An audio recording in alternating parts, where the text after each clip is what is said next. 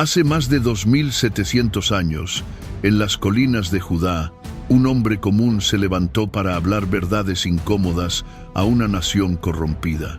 No era sacerdote, no pertenecía a la nobleza de Jerusalén, no tenía títulos ni conexiones políticas. Era simplemente Miqueas, un campesino de Moreset, un pequeño pueblo agrícola al suroeste de Jerusalén. Pero lo que salió de su boca cambiaría el curso de la historia y resonaría a través de los siglos hasta nuestros días.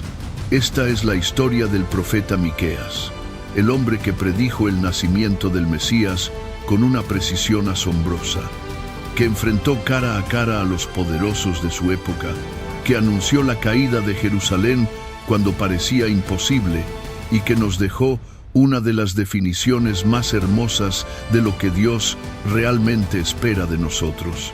Es una historia de valentía, de verdad sin filtros y de esperanza inquebrantable en medio de la oscuridad. Miqueas, la película. Nuestro relato comienza en el siglo VIII a.C., durante los reinados de Jotam, Acaz y Ezequías, reyes de Judá. El reino del norte, Israel, y el reino del sur, Judá, atravesaban uno de los períodos más turbulentos de su historia. Por fuera, las naciones lucían prósperas, el comercio florecía, las ciudades se expandían, los templos estaban llenos de adoradores, pero bajo esa fachada de religiosidad y éxito, la podredumbre moral había infectado cada nivel de la sociedad. Los ricos de Jerusalén habían construido mansiones lujosas, mientras los pobres perdían sus tierras. Los jueces aceptaban sobornos sin vergüenza alguna. Los sacerdotes, aquellos que debían guiar al pueblo en los caminos de Dios, habían convertido su ministerio en un negocio rentable.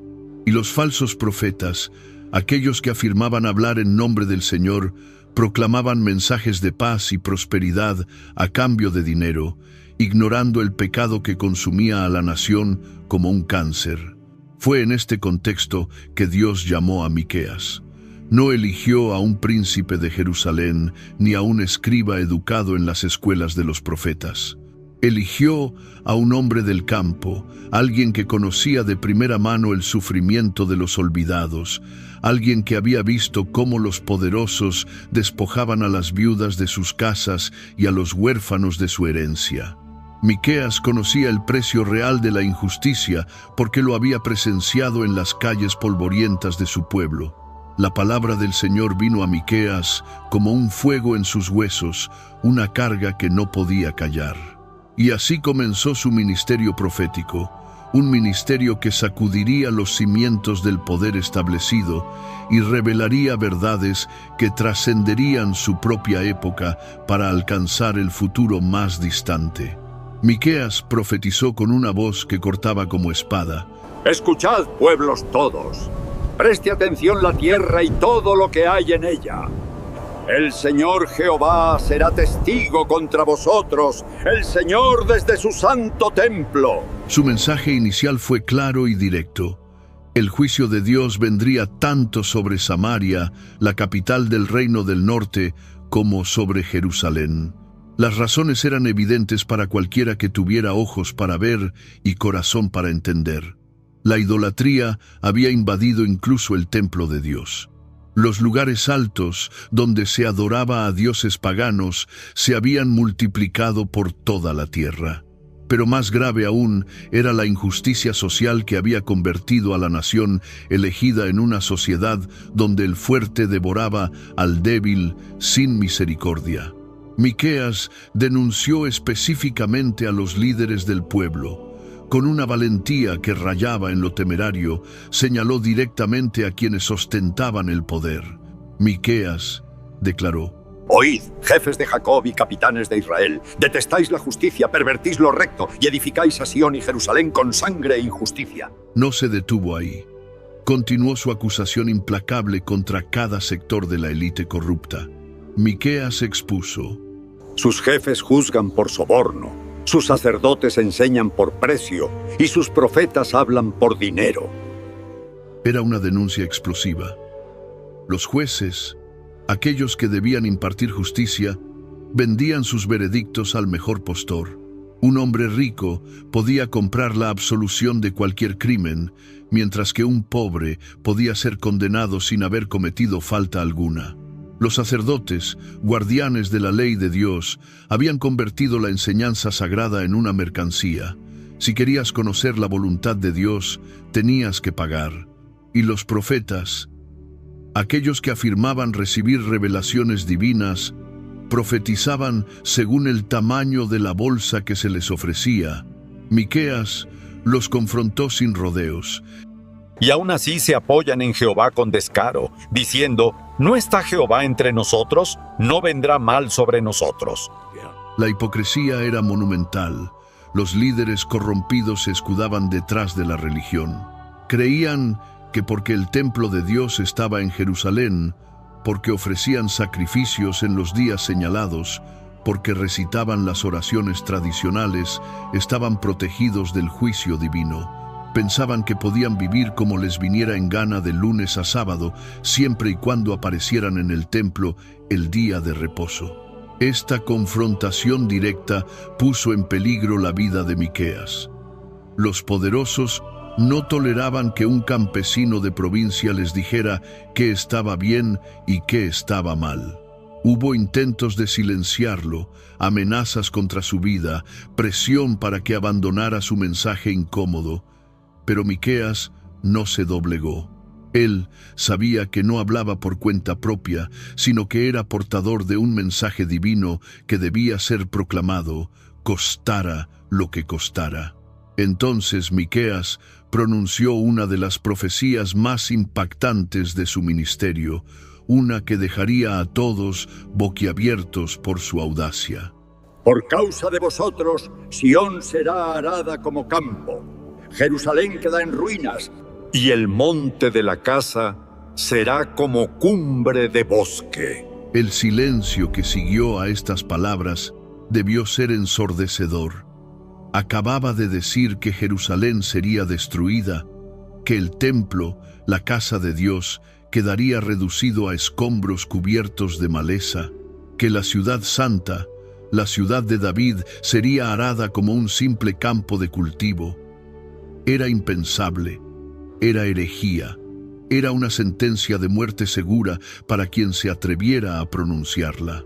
Pero Miqueas lo había dicho y lo sostuvo. No retrocedió, no suavizó el mensaje, no buscó palabras más diplomáticas. La verdad era la verdad, y la verdad era que si el pueblo no se arrepentía, si los líderes no abandonaban su corrupción, si la nación no regresaba a los caminos de justicia y misericordia que Dios había establecido, entonces el juicio vendría tan ciertamente como amanece el día. Lo extraordinario de esta profecía no fue solo su audacia, sino su exactitud histórica. Más de 100 años después de que Miqueas la pronunciara, en el año 586 a.C., el rey Nabucodonosor de Babilonia sitió Jerusalén. La ciudad que había parecido inexpugnable cayó. El templo que había sido la gloria de Israel fue reducido a cenizas. Las murallas fueron derribadas. Y tal como Miqueas había predicho, Sión fue arada como campo, Jerusalén quedó en ruinas, y el monte del templo se convirtió en un lugar desolado. Pero la profecía de Miqueas, más conocida, la que resonaría a través de los siglos y sería citada incluso en el Nuevo Testamento, aún estaba por venir. Era una profecía que hablaba no de destrucción, sino de esperanza, no de juicio, sino de salvación. Una profecía que miraba más allá del horizonte inmediato hacia un futuro que parecía imposible. En medio de sus denuncias contra la corrupción y sus anuncios de juicio venidero, Miqueas recibió una revelación extraordinaria. El Espíritu de Dios le mostró algo que sucedería 700 años en el futuro. Le mostró el nacimiento de un niño que cambiaría el curso de la historia humana para siempre.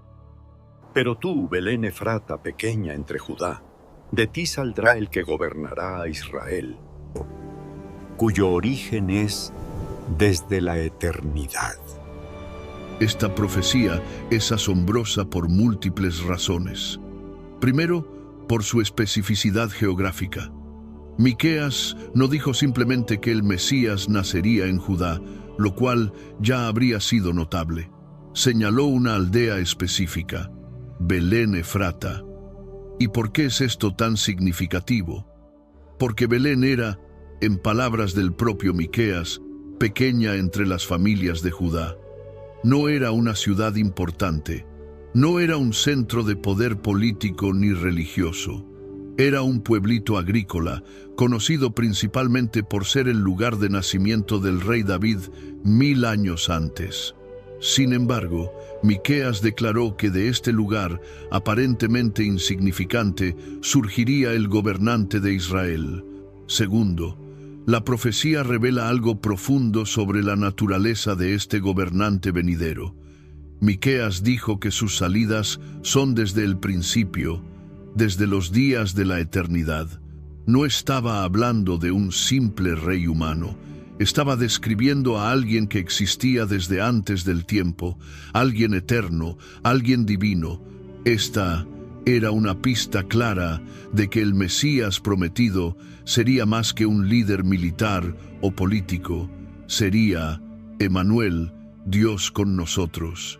Cuando los sabios del Oriente llegaron a Jerusalén siglos después, en los días del rey Herodes, preguntando dónde había nacido el rey de los judíos, los principales sacerdotes y escribas citaron inmediatamente esta profecía de Miqueas. Ellos sabían exactamente dónde buscar, Belén de Judea. Y efectivamente, allí había nacido Jesús, en un pesebre, en la ciudad de David, exactamente como Miqueas había profetizado 700 años antes. La precisión de esta profecía es considerada una de las evidencias más poderosas de la inspiración divina de las Escrituras. ¿Cómo podía un campesino del siglo VIII a.C. conocer el lugar exacto donde nacería el Salvador del mundo 700 años en el futuro? No hay explicación natural. Solo la revelación divina puede dar cuenta de tal conocimiento. Pero Miqueas no solo habló del Mesías que vendría, también pintó un cuadro extraordinario del reino que ese Mesías establecería. Era una visión de paz y justicia que contrastaba dramáticamente con la realidad violenta y corrupta de su época. Miqueas vislumbró: en los últimos tiempos, el monte de la casa de Jehová será exaltado sobre todos, y los pueblos acudirán a él. Muchas naciones dirán: venid, subamos al monte del Señor, Él nos enseñará sus caminos, y andaremos en sus sendas. Era una visión de alcance universal. No solo Israel, sino muchas naciones buscarían al Señor. Los gentiles, aquellos que habían estado alejados de los pactos de Dios, vendrían a adorar al Dios de Jacob. La salvación no estaría limitada a un solo pueblo, sino que se extendería hasta los confines de la tierra. Y lo más hermoso de esta visión era la paz que describía. Y él juzgará entre muchos pueblos, y corregirá a naciones poderosas hasta muy lejos, y sus lanzas para hoces. No alzará espada nación contra nación, ni se ensayarán más para la guerra. Cada uno se sentará bajo su vid y bajo su higuera, y no habrá quien los amedrente. ¡Qué contraste con el mundo que Miqueas conocía! Un mundo donde los asirios conquistaban naciones con brutalidad sin precedentes. Un mundo donde la guerra era constante, donde los ejércitos marchaban estación tras estación, donde las madres lloraban a sus hijos muertos en batalla. Pero Miqueas veía un futuro diferente, un tiempo cuando las armas se transformarían en herramientas agrícolas, cuando nadie entrenaría para la guerra porque no habría más guerra, cuando cada persona viviría en paz bajo su propia vid y su propia higuera, sin temor a invasores u opresores. Esta visión del reino mesiánico es una de las más citadas y amadas de toda la Biblia. Ha inspirado movimientos de paz a través de la historia. Ha sido grabada en monumentos y edificios alrededor del mundo. Es la esperanza que mantiene vivos los corazones de quienes anhelan un mundo mejor. Pero mientras Miqueas hablaba de este futuro glorioso, no ignoraba la realidad presente. El pueblo necesitaba entender qué había salido mal y qué esperaba Dios de ellos. Y fue en este contexto que Miqueas pronunció palabras que se convertirían en uno de los versículos más memorables y aplicables de toda la Escritura. El pueblo, confundido por el contraste entre su religiosidad externa y la condena profética que recibían, planteó una serie de preguntas que Miqueas registró. El pueblo preguntó: ¿con qué me presentaré ante Jehová? ¿Me presentaré ante él con holocaustos, con becerros de un año?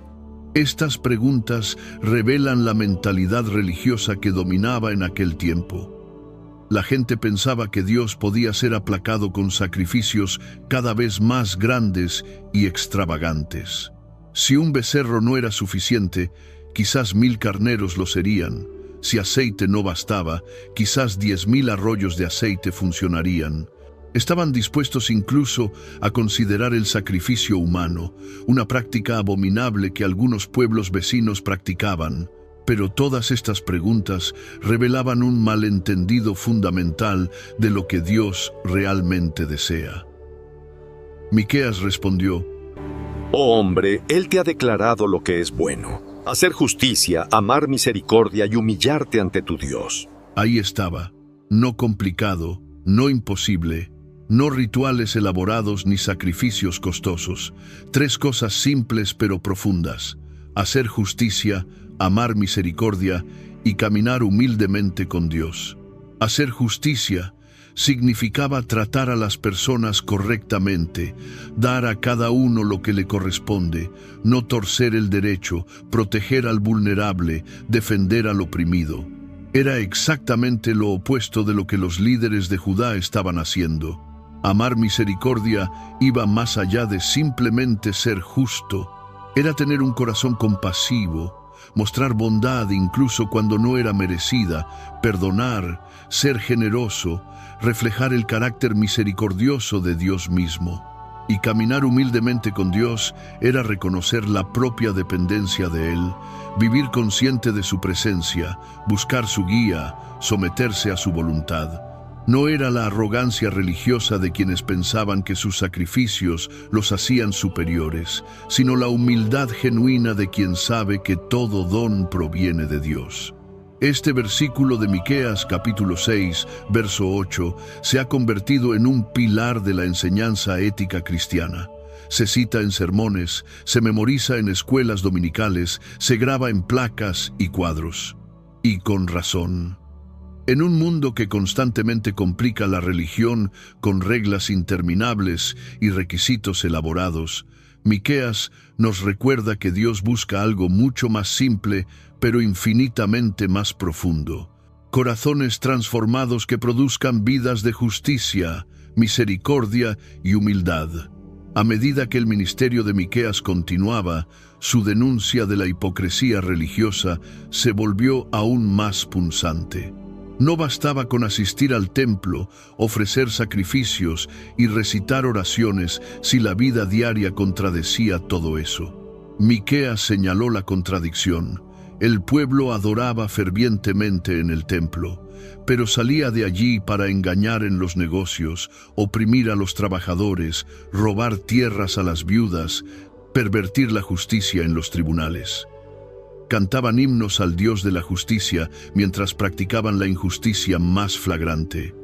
Proclamaban su devoción al Dios de la verdad mientras sus bocas estaban llenas de mentiras. Miqueas expuso: Los ricos están llenos de violencia, y sus moradores hablan mentira. Su lengua es engañosa en su boca. Esta condena de la hipocresía espiritual es un tema que resuena a través de toda la Escritura.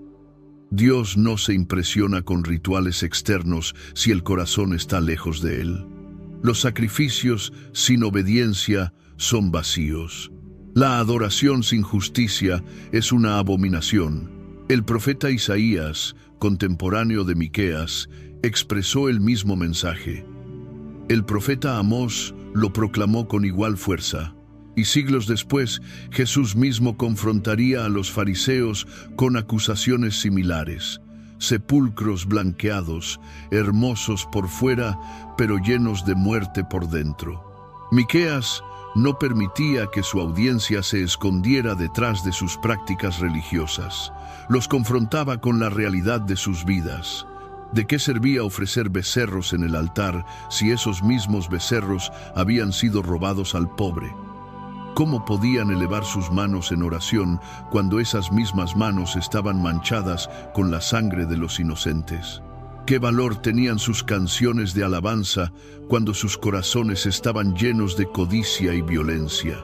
Era un mensaje duro, sin duda, pero era un mensaje necesario, y era un mensaje que necesitamos escuchar hoy tanto como lo necesitaban los contemporáneos de Miqueas. Porque la tentación de separar nuestra vida religiosa de nuestra vida práctica sigue siendo poderosa. Es fácil pensar que asistir a la iglesia el domingo nos da libertad para vivir como queramos el resto de la semana. Es cómodo creer que nuestros actos de caridad ocasionales compensan nuestra falta de integridad en los negocios. Es tentador imaginar que Dios se impresiona más con nuestras palabras piadosas que con nuestras acciones cotidianas. Pero Miqueas destruye estas ilusiones. Nos recuerda que Dios mira el corazón, que Él requiere coherencia entre lo que profesamos y lo que practicamos.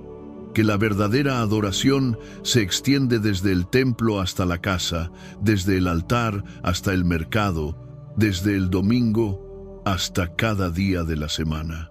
A pesar de toda la dureza de sus palabras de juicio, a pesar de todas sus denuncias de pecado e hipocresía, el libro de Miqueas no termina en desesperanza. Al contrario, termina con una de las declaraciones más hermosas y consoladoras sobre el carácter de Dios en toda la Biblia. Después de haber proclamado juicio, después de haber denunciado pecado, después de haber anunciado destrucción, Miqueas recuerda a su audiencia quién es realmente Dios en su esencia más profunda. Miqueas exclama con asombro: ¿Qué Dios como tú, que perdona la maldad y olvida el pecado del remanente de su heredad?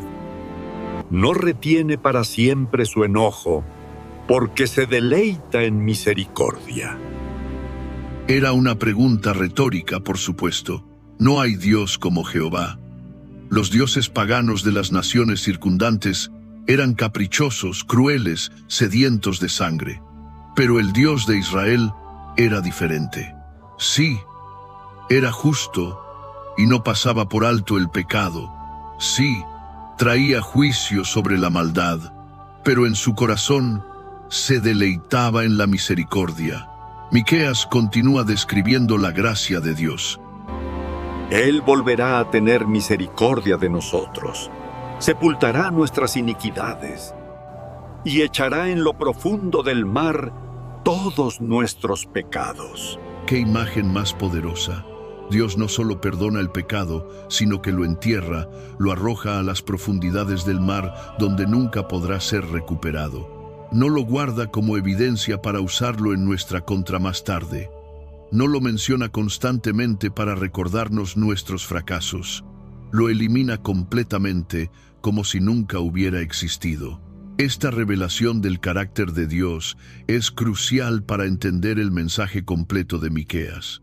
No era un profeta de condenación sin esperanza. No vino simplemente a decir, están mal y serán castigados, punto final. Vino a llamar al arrepentimiento porque sabía que Dios estaba dispuesto a perdonar. Denunció el pecado porque creía que podía ser abandonado. Anunció juicio porque esperaba que el pueblo cambiara de rumbo antes de que ese juicio llegara. Y de hecho, el ministerio de Miqueas tuvo un impacto duradero. Más de 100 años después de su muerte, cuando otro profeta, Jeremías, enfrentaba una situación similar y su vida estaba en peligro por proclamar el juicio de Dios contra Jerusalén, los ancianos del pueblo recordaron a Miqueas.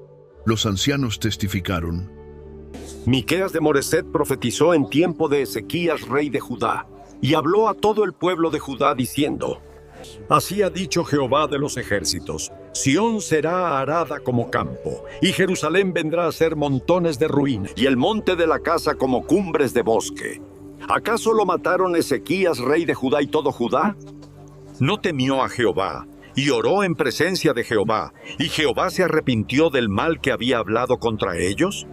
Este testimonio, registrado en el libro de Jeremías, revela algo extraordinario. Cuando Miqueas pronunció su profecía devastadora contra Jerusalén, el rey Ezequías y el pueblo respondieron: no mataron al profeta, no ignoraron su mensaje, temieron a Dios, se arrepintieron, y Dios, en su misericordia, retrasó el juicio. La ciudad que debió caer en los días de Ezequías continuó en pie por más de un siglo adicional, porque el pueblo escuchó la voz del profeta. Este es el propósito de la profecía bíblica. No es predecir un futuro inmutable que sucederá sin importar qué.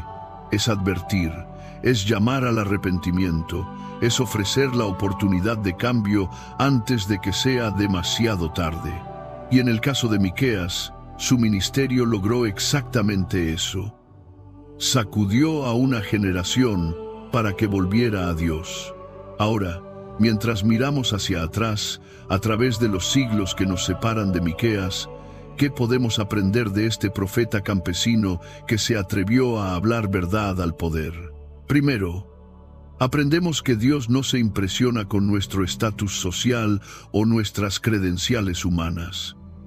Miqueas no era nadie especial según los estándares de su época. No tenía título profético oficial. No había estudiado en ninguna escuela prestigiosa. Era un aldeano, probablemente un agricultor o ganadero, pero Dios lo eligió para llevar uno de los mensajes más importantes en la historia de Israel. Esto nos recuerda que Dios puede usar a cualquiera que esté dispuesto a obedecer, sin importar su trasfondo o posición en la sociedad. Segundo, aprendemos que la verdad debe ser proclamada incluso cuando es peligroso hacerlo. Miqueas arriesgó su vida al confrontar a los líderes corruptos de su nación. Habría sido mucho más fácil y seguro quedarse callado, o suavizar su mensaje, o decir solo las cosas agradables que la gente quería escuchar. Pero eligió la valentía sobre la comodidad, la verdad sobre la seguridad. En un mundo donde todavía abunda la corrupción, donde los poderosos abusan de los débiles, donde la injusticia se disfraza de legalidad, necesitamos la valentía de Miqueas para alzar la voz. Tercero, aprendemos que Dios se preocupa profundamente por la justicia social.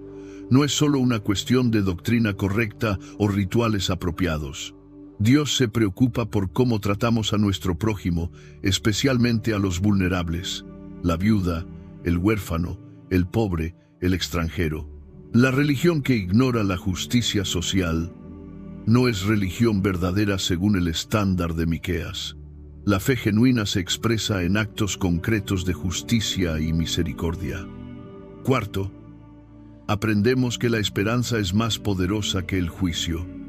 Aunque Miqueas pronunció palabras duras de condenación, su mensaje final fue de esperanza. Señaló hacia un futuro redentor, hacia el Mesías que vendría, hacia el reino de paz que se establecería. Esta esperanza no era una negación de la realidad presente, sino una visión que podía sostener al pueblo fiel incluso en los días más oscuros. Y esa esperanza se cumplió en la persona de Jesús, nacido en Belén tal como Miqueas había profetizado, quien vino a establecer un reino no de este mundo, un reino de justicia, paz y amor. Quinto, aprendemos que la coherencia entre fe y práctica es absolutamente esencial. No podemos separar nuestra vida espiritual de nuestra vida cotidiana. No podemos adorar a Dios el domingo e ignorar sus principios de lunes a sábado. No podemos cantar himnos en la iglesia y luego engañar en los negocios. La hipocresía espiritual es particularmente odiosa para Dios, porque profana su nombre y destruye la credibilidad de su pueblo ante el mundo. Y finalmente, aprendemos que Dios es increíblemente misericordioso. A pesar de todo el pecado, a pesar de toda la rebelión, a pesar de toda la hipocresía, Dios está dispuesto a perdonar. Se deleita en la misericordia. Arroja nuestros pecados a las profundidades del mar.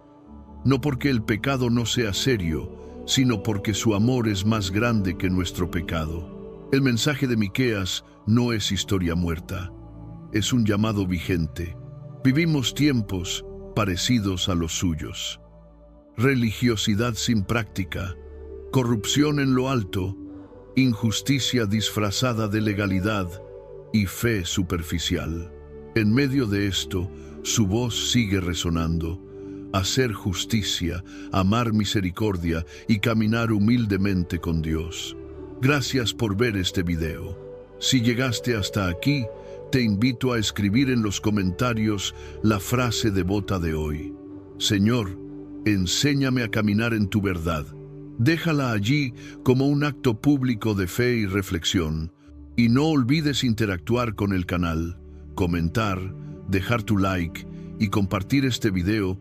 Realmente ayuda a que el mensaje llegue a más personas que lo necesitan. Tu participación tiene un valor enorme en esta misión. Nos vemos en el próximo video. Dios te bendiga grandemente. Amén.